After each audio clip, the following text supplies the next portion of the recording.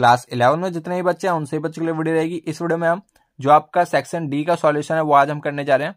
जो आपका डीओई की तरफ से सैम पेपर रिलीज किया गया था ना, आज हम सेक्शन डी डिस्कस करेंगे। और इससे पहले जिन भी बच्चों को कंप्लीट प्लेलिस्ट का लिंक चाहिए होगा आप सभी को मैं डिस्क्रिप्शन में प्रोवाइड कर दूंगा। और बाकी आज हम सेक्शन डी को डिस्कस करते हैं। और जिन भी बच्चों को इसकी पीडीएफ चाहिए होगी तो टेलीग्राम चैनल पर आप ज्वाइन हो जाना, वहां पर मैं आपको इसकी पीडीएफ शेयर कर दूंगा, ठीक है। और मैं ये जानता हूं कि आपकी जो प्रैक्टिस है ना वो अभी इतनी ज्यादा है नहीं क्वेश्चंस की, तो तभी मैं आपको ज्यादा से ज्यादा क्वेश्चंस कराने की कोशिश करता हूं। और जो ही बच्चे क्वेश्चंस की प्रैक्टिस करना चाहते हैं, उनका सिलेबस कंप्लीट हो गया है या उनके जो सिलेबस है वो एंड पे है, तो यहाँ पर ना अब आपको क्या करना है, आपको ज्यादा से ज्यादा क्वेश्चंस की प्रैक्टिस करनी है। और क्वेश्चंस की प्रैक्टिस कैसे करनी है, आपको जो है ना ज्यादा से ज्यादा प्रीवियस ईयर क्वेश्चंस करना है जो आपके प्रीवियस ईयर में आ रखे हैं, ठीक है, आपके पेपर्स में। तो अब उन सभी क्वेश्चंस को आपको ढूंढ ढूंढ के आपको उनको सॉल्व करना है। और नहीं आता तो गूगल से आप उसका सॉल्यूशन भी देख सकते हैं। और यहां पर आपके लिए जो है मैंने पिछले साल मैंने प्रीवियस ईयर क्वेश्चंस कराए थे फिजिक्स के, तो इस साल भी कराए थे। तो उन सभी वीडियोस का जो लिंक है मैं उन सभी की एक नई प्लेलिस्ट बनाऊंगा और उन सभी वीडियोस का जो लिंक है ना आप सभी को मैं डिस्क्रिप्शन में प्रोवाइड कर दूंगा, ठीक है। उन सभी वीडियोस का प्लेलिस्ट बना के उन सभी वीडियोस को सीरीज वाइज लगा के आप सभी को डिस्क्रिप्शन में मिल जाएगा। तो वहां पर से आप अपनी प्रीवियस ईयर क्वेश्चंस की प्रैक्टिस भी कर सकते हैं, ठीक है। तो जितने ज्यादा क्वेश्चंस हो सकते हैं आप उतने ज्यादा क्वेश्चंस सॉल्व करने की कोशिश करें, ठीक है। तो केस स्टडी नंबर 1 है यहाँ पर और केस स्टडी नंबर 2 है सेक्शन डी में। 2 ही केस स्टडी है। इसके बाद जो है आपका सेक्शन डी यहाँ पर कंप्लीट हो जाएगा। तो यहाँ पर सेक्शन डी में आपके 2 केस स्टडी हैं। केस स्टडी नंबर 1 में आपका हीट से रिलेटेड कंसेप्ट है और केस स्टडी नंबर 2 यहाँ पर आपका एंगुलर प्रोजेक्टाइल से रिलेटेड है, ठीक है। तो केस स्टडी नंबर 1 की स्टार्टिंग करते हैं क्वेश्चन नंबर 29 से। और यहाँ पर जो है ना आपकी जो थ्योरी यूज हो रही है वो मैं आपको थोड़ा सा रिवाइज कराना चाहूंगा। तो चलिए थ्योरी पर चलते हैं। यहाँ पर जो है ना आपका ट्रांसफर ऑफ हीट, इस वाले कंसेप्ट का आपका यहाँ पर यूज किया जा रहा है, कंडक्शन, कन्वेक्शन एंड रेडिएशन। तो एक आपका मेथड होता है जिससे आपका हीट को ट्रांसफर किया जाता है। तो इन सभी मेथड्स को आज हम डिस्कस करेंगे, कंडक्शन, कन्वेक्शन और रेडिएशन, ठीक है। 3 आपके मेथड होते हैं जिससे हीट को ट्रांसफर किया जा सकता है। यहाँ पर जो है ना सबसे पहले हम फर्स्ट को डिस्कस करते हैं कंडक्शन को। कंडक्शन बहुत सारे बच्चों को पता भी होगा, आपने छोटी क्लासेस में पढ़ा भी होगा। तो यहाँ पर कंडक्शन पढ़ते हैं। It is a method of transfer of heat generally takes place in solids. In this method, heat energy is transferred from one end which is at higher temperature to the end at lower temperature by collision of molecules and there is no transfer of matter. तो यहाँ पर आपका क्या कहा गया है वो मैं आपको बताता हूँ। आपके पास मान लो इस प्रकार से एक आपका सॉलिड है और यहाँ पर A पॉइंट पर हमने इसको हीट किया, ठीक है। इसके जो यहाँ पर इसके जो पार्टिकल्स है ना वो यहाँ पर एक दूसरे के साथ कोलाइड करेंगे। यहाँ पर इसको क्या मिली, यहाँ पर से हमने इसको हीट किया, ए पॉइंट से हमने इसको हीट किया। हीट करने से यहाँ पर के जो मॉलिक्यूल्स हैं या फिर यहाँ पर के जो आपके पार्टिकल्स हैं वो एक्साइटेड हो गए और वहां पर क्या होने लग गया, कोलिजन होने लग गया, ठीक है। तो कोलिजन से आपकी जो है यहाँ पर जो हीट एनर्जी है वो यहाँ पर आगे ट्रांसफर होके बी पॉइंट पर आपको कुछ ना कुछ मिलेगा यहाँ पर हीट। तो यहाँ पर भी आपको हीट का एहसास होगा, ठीक है। तो यहाँ पर हमने एक यहाँ पर इस प्रकार से यही वाला सॉलिड यहाँ पर रख दिया और यहाँ पर से हमने इसको फायर किया। तो फायर करेंगे तो यहाँ पर से आपका क्या होगा, यहाँ पर आपका कोलिजन होगा किसका, मॉलिक्यूल्स का। और यहाँ पर जो आपके पार्टिकल्स होंगे वो कोलाइड कर करके अपनी जो हीट एनर्जी है वो यहाँ पर इस बी पॉइंट पर हीट एनर्जी भेजेंगे और यहाँ पर क्या होगा, यहाँ पर आपको गर्माहट महसूस होगी। तो इसी को हम क्या कहते हैं, इसी को हम कहते हैं कंडक्शन। तो एक और बार डेफिनेशन पढ़ते हैं, आपका कंसेप्ट जो है क्लियर हो जाएगा। It is a method of transfer of heat generally takes place in solids. ये जो है जनरली हम सॉलिड्स में करते हैं। In this method heat energy is transferred from one end which is at higher temperature. इस मेथड में हम क्या करते हैं, एक पॉइंट को कहां पर रखते हैं, हायर टेम्परेचर पर। ये जो ए पॉइंट है इसको हमने हायर टेम्परेचर पर रख दिया, और यहाँ पर से क्या हो रहा है, यहाँ पर से जो आपके पार्टिकल्स हैं वो लगातार कोलाइड करके अपनी एनर्जी को आगे ट्रांसफर कर रहे हैं, ठीक है, हीट एनर्जी को आगे ट्रांसफर कर रहे हैं। तो यहाँ पर higher temperature to the end at lower temperature B है, by collision of molecules and there is no transfer of matter. यहाँ पर मैटर का कोई भी ट्रांसफर नहीं होगा, ओनली यहाँ पर क्या होगा, एनर्जी का ट्रांसफर होगा, हीट एनर्जी का, ठीक है। अब बढ़ते हैं हमारा दूसरा आर्टिकल, दैट इज कन्वेक्शन, ठीक है। दूसरा है हमारा convection. It is a method of transfer of heat. ये भी आपका एक मेथड है हीट का ट्रांसफर करने का। Generally takes place in all the liquids and gases. ये जो है ज्यादातर लिक्विड्स और गैसेस में होता है। और यहां पर ना आपको मैं बता दूं कि ये लिक्विड्स और गैसेस के लिए है, और जो आपका कंडक्शन है वो किसके लिए है, वो सॉलिड्स के लिए है, ठीक है। In this method heat is transferred from higher temperature to lower temperature. इसमें जो हीट का ट्रांसफर होता है वो कहां से कहां तक होता है, हायर टेम्परेचर से lower temperature, with actual movement of particles. वहां पर क्या हो रहा था, कंडक्शन में हो रहा था आपका, पार्टिकल्स एक दूसरे के साथ कोलाइड कर रहे थे और एनर्जी आगे ट्रांसफर कर रहे थे। यहां पर क्या होता है, यहां पर जो आपके पार्टिकल्स होते हैं वो खुद ट्रैवल करके हीट को ट्रांसफर करते हैं। तो उम्मीद है आपको कंडक्शन और कन्वेक्शन में ना आपको जो है डिफरेंस पता लगा होगा। कंडक्शन में आपका क्या होता है, पार्टिकल्स एक्चुअल ट्रांसफर नहीं करते, पार्टिकल्स वहां पर क्या करते हैं, एक दूसरे के साथ कोलाइड करते हैं और हीट एनर्जी को आगे ट्रांसफर करते हैं। और यहां पर क्या होता है आपका ना, पार्टिकल्स का एक्चुअल मूवमेंट होता है और पार्टिकल एक्चुअल मूव करके हीट एनर्जी को यहां पर ट्रांसफर करता है। अब चलते हैं रेडिएशन के ऊपर। It is the process by which heat is transmitted from one place to another without heating intervening medium. यानी कि यहां पर जो है दोबारा से हीट को ट्रांसफर किया जाता है from one place to another place, पर यहां पर जो आपका बीच वाला मीडियम है ना उसको यहां पर हीट नहीं किया जाता। बिना बीच वाले मीडियम को हीट किए हम हीट का ट्रांसफर कर देते हैं from one end to another end, ठीक है। अब यहां पर जो है ना, ये तो हो गया आपका कंडक्शन। अब यहां पर ऊपर से ये जो आपकी वेप यहां पर हीट जनरेट होगी, इसको हम क्या कहेंगे, इसको हम कहते हैं कन्वेक्शन।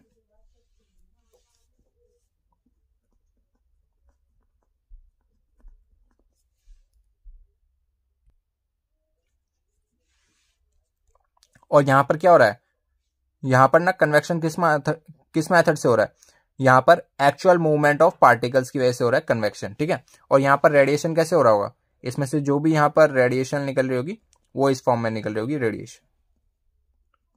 तो उम्मीद है सभी बच्चों को रेडिएशन, कन्वेक्शन और कंडक्शन ये तीनों के तीनों आपके जो मेथड्स हैं हीट को ट्रांसफर करने के, ये आपको समझ में आए होंगे। अब हम चलते हैं क्वेश्चंस के ऊपर। क्वेश्चंस अब बहुत जल्दी हमसे सॉल्व हो जाएंगे। तो यहां पर ना आपका 29th क्वेश्चन था, जहां पर आपको फर्स्ट क्वेश्चन में बोला गया when heat is transferred by molecular collision it is transferred to as a heat transfer by. तो यहां पर ना क्या हो रहा है, मॉलिक्यूलर कोलिजन हो रहा है। और कोलिजन हमने पढ़ा था किस में होता है, ये होता है आपका कंडक्शन वाले मेथड में। यानी कि जब कभी भी आप एक किसी सॉलिड को लोगे और एक एंड को, ये आपका ए एंड और ये आपका बी एंड, ठीक है, एक एंड से आपने इसको क्या किया, हीट किया, तो यहां पर क्या होंगे, यहाँ के पार्टिकल्स एक्साइटेड हो जाएंगे और यहाँ के पार्टिकल्स ना एक दूसरे के साथ कोलाइड करेंगे। कोलाइड करके ये क्या करेंगे, हीट को आगे ट्रांसफर करेंगे, ठीक है। बी एंड पर आपको जो है ना थोड़ी बहुत गर्माहट महसूस होगी, जो किसके कारण हो रही है, वो मॉलिक्यूलर कोलिजन के कारण हो रही है, ठीक है। तो इसको हम कहते हैं कंडक्शन। अब यहां पर आपको बोला गया at what factor heat absorbed bye radiation by the body depends upon. तो यहां पर ना आपका जो है ये डिस्टेंस पर भी डिपेंड करती है, सोर्स ऑफ हीट पे भी डिपेंड करती है और कलर पे भी डिपेंड करती है। तो यहां पर ना D all of the above आपका यहां पर राइट आंसर हो जाएगा, ठीक है।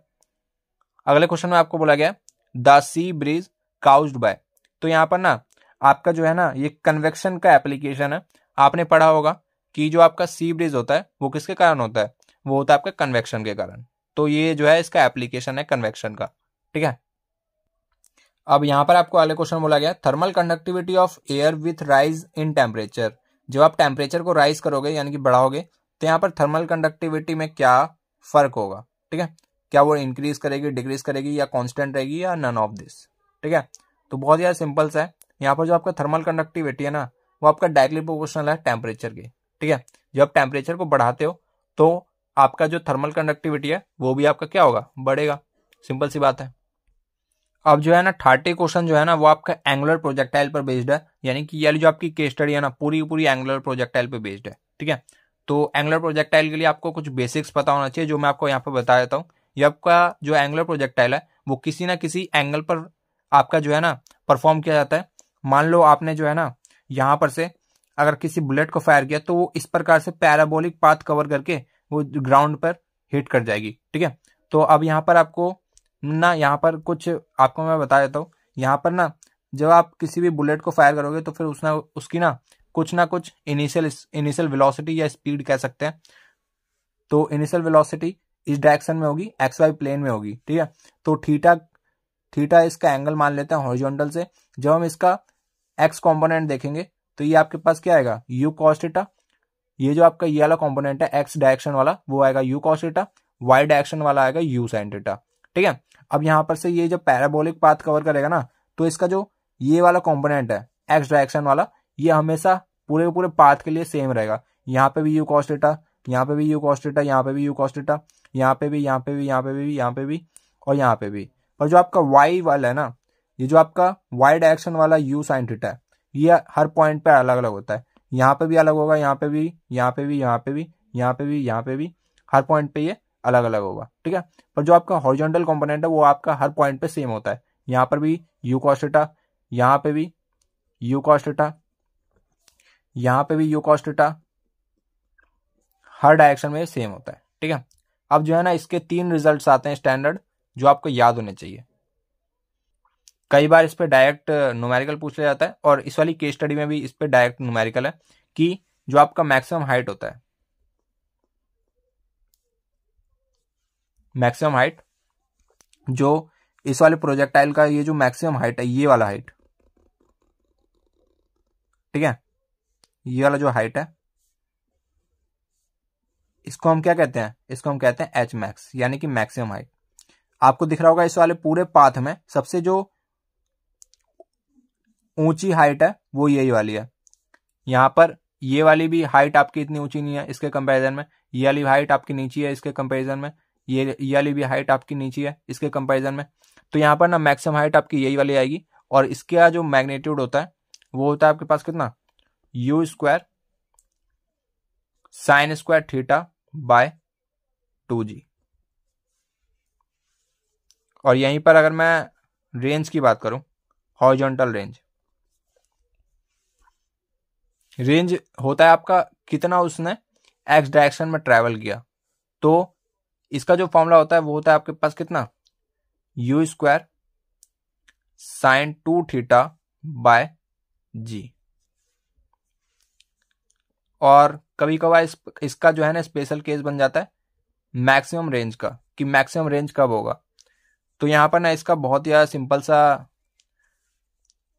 फॉर्मेट है। यहाँ पर जब कभी आपका थीटा कितना होगा, जब कभी आपका थीटा 45 डिग्री होता है ना तो आपका ना जो साइन 2 थीटा है वो आपकी मैक्सिमम वैल्यू होता है, मैक्सिमम वैल्यू देता है वो देता है 1, ठीक है।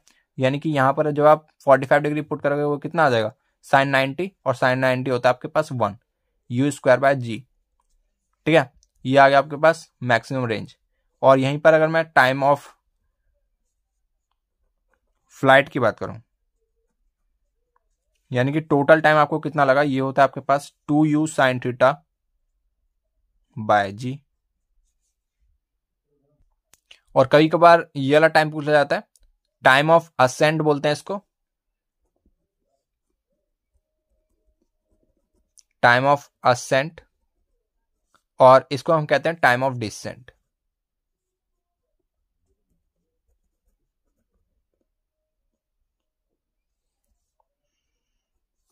ठीक है, टाइम ऑफ असेंट इसके मैक्सिमम हाइट तक जाने वाला जो आपका टाइम होता है वो होता है आपका टाइम ऑफ असेंट। और इसके मैक्सिमम हाइट से नीचे आने वाला टाइम होता है टाइम ऑफ डिसेंट। ठीक है, तो इस प्रकार से ये आपके 1, 2 और ये 3, ये तो आपका एक स्टैंडर्ड रिजल्ट हो गया।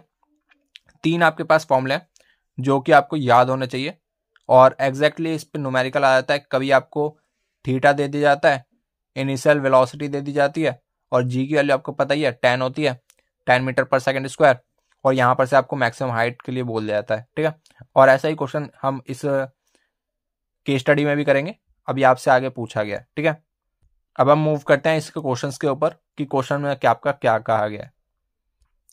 फर्स्ट क्वेश्चन की बात करें, यहां पर आपको बोला गया a bullet is drop from the same height when another bullet is fired horizontally they will hit the ground.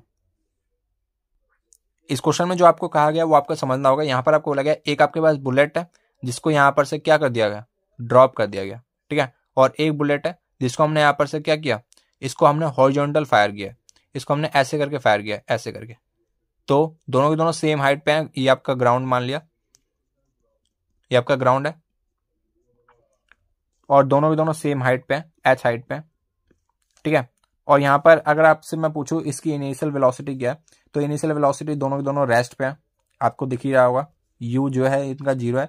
और यहां पर आपको बोला गया कि ये जो है ये साइमल्टेनियसली नीचे हिट करेंगे या डिपेंड्स अपॉन ऑब्जर्वर या वन आफ्टर द अदर या फिर none of these, one of the above, none of the above.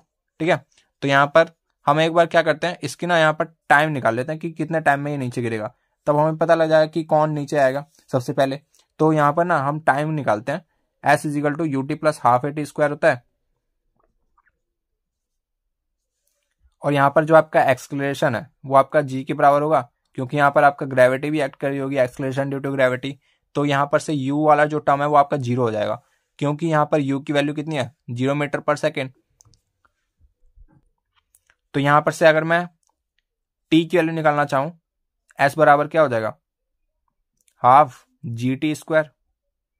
ठीक है, और यहां पर से अगर मैं यहां पर से t की वैल्यू निकालना चाहूं, t कितना हो जाएगा, अंडर रूट में 2s बाय g, और यहां पर जो आपका डिस्प्लेसमेंट है वो हाइट के बराबर है, h के बराबर, under root 2h bye g। तो यहां पर आपको कहीं दिख रहा है कि ये बुलेट की किसी भी वेलोसिटी पे डिपेंड नहीं कर रहा कि बुलेट किस वेलोसिटी से मूव कर रही है। मान लो ये वेलोसिटी v से मूव कर रही है, हमने जब इसको फायर किया ये v वेलोसिटी से इसको मूव करा दिया। ठीक है, ये कभी भी इस बात पे डिपेंड नहीं कर रही कि ये किस वेलोसिटी से डिपेंड कर रही है। तो यहाँ पर ना जो आपका टाइम है वो आपका क्या आ रहा है, वो इंडिपेंडेंट ऑफ बुलेट की वेलोसिटी।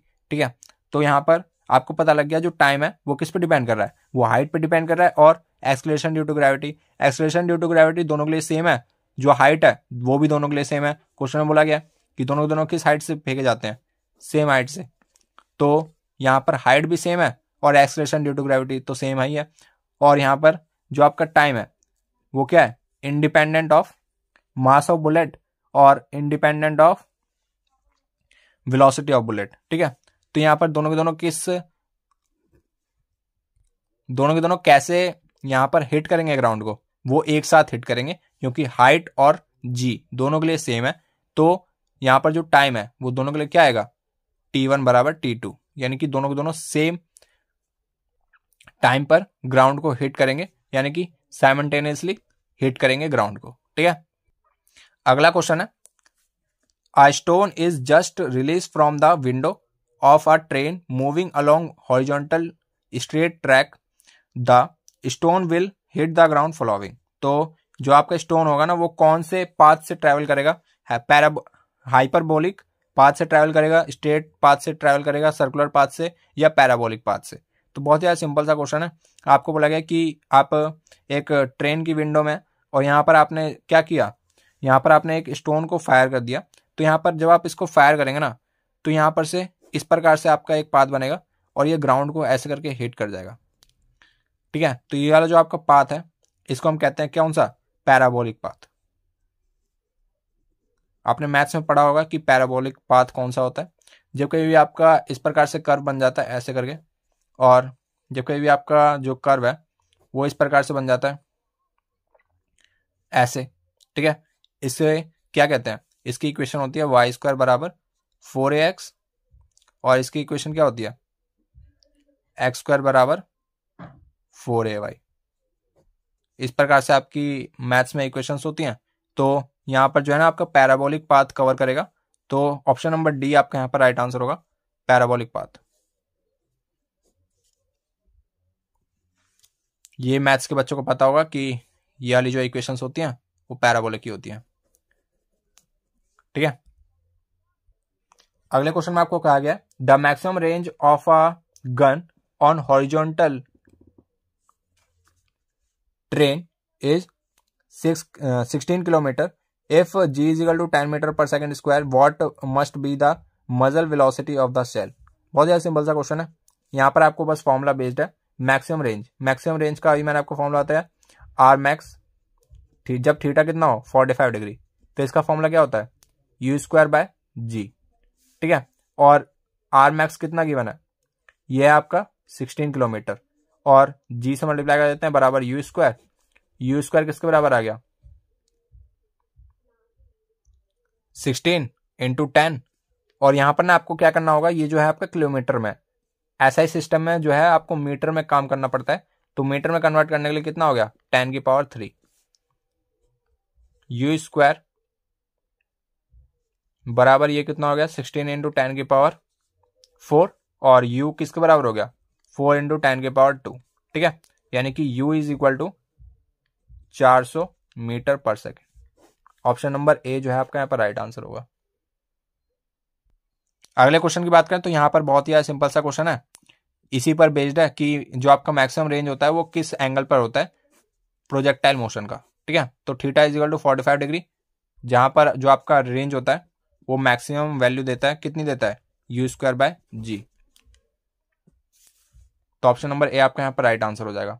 उम्मीद है जितने भी क्वेश्चंस मैंने आपको आज सॉल्व कराए हैं आप सभी को समझ में आए होंगे और बहुत ही सिंपल से क्वेश्चन थे। अगर आपको फॉर्मूला याद है और अगर आपको हल्की फुल्की थ्योरी पता है, ठीक है, ट्रांसफर ऑफ हीट का, कंडक्शन, कन्वेक्शन और रेडिएशन की डेफिनेशंस पता है, और इसी के साथ साथ आपको क्या करना है, जितने भी कंसेप्ट आज यहाँ पर हमने सीखे हैं इन पर ना जो भी आपके चैप्टर्स में है, ठीक है, इनके आसपास वाले कंटेंट को आपको रीड करना है, उनको समझना है जो उनमें कहा जा रहा है, ठीक है। तो इस प्रकार से जो है आप अगर करते हैं तो आपके पेपर में डेफिनेटली आप अच्छा करेंगे, ठीक है। तो इस वीडियो में इतना ही, अगली वीडियो मिलता है किसी नए साथ, तब तक के लिए जय हिंद जय भारत।